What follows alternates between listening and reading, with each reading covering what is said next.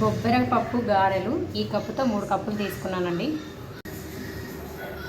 6 hours నానబెట్టుకొని రుబ్బుకోవాలి. ఎంత ఎక్కువ నానితే అంత మెత్తగా వస్తుందండి పిండి. 1 స్పూన్ జీలకర్ర,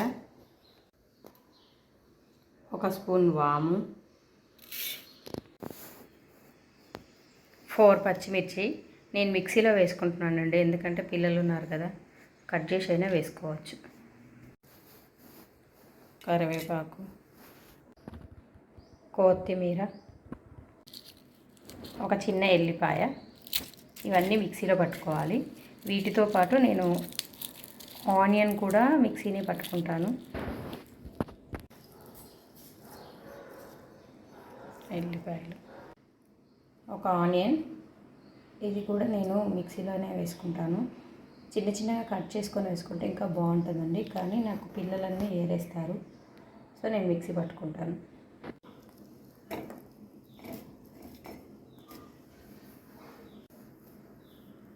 ఆనియన్, జీలకర్ర, ఎల్లిపాయ, వామ, కొత్తిమీర, పచ్చిమిర్చి, పుదీనా, కరివేపాకు, ఇవన్నీ ముందు మిక్సీలో పట్టుకోవాలి.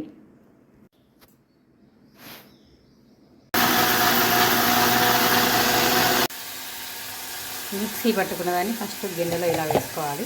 ఇప్పుడు పప్పు రుబ్బుకోవాలి. మనం పెట్టుకున్న పప్పు,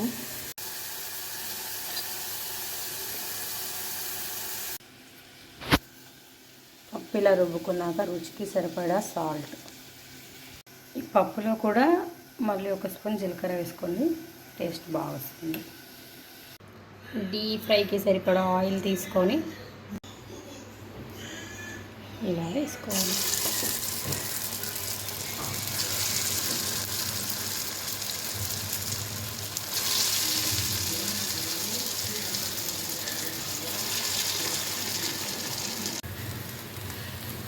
కొంచెం కలర్ చేంజ్ అయ్యాక తిప్పుకొని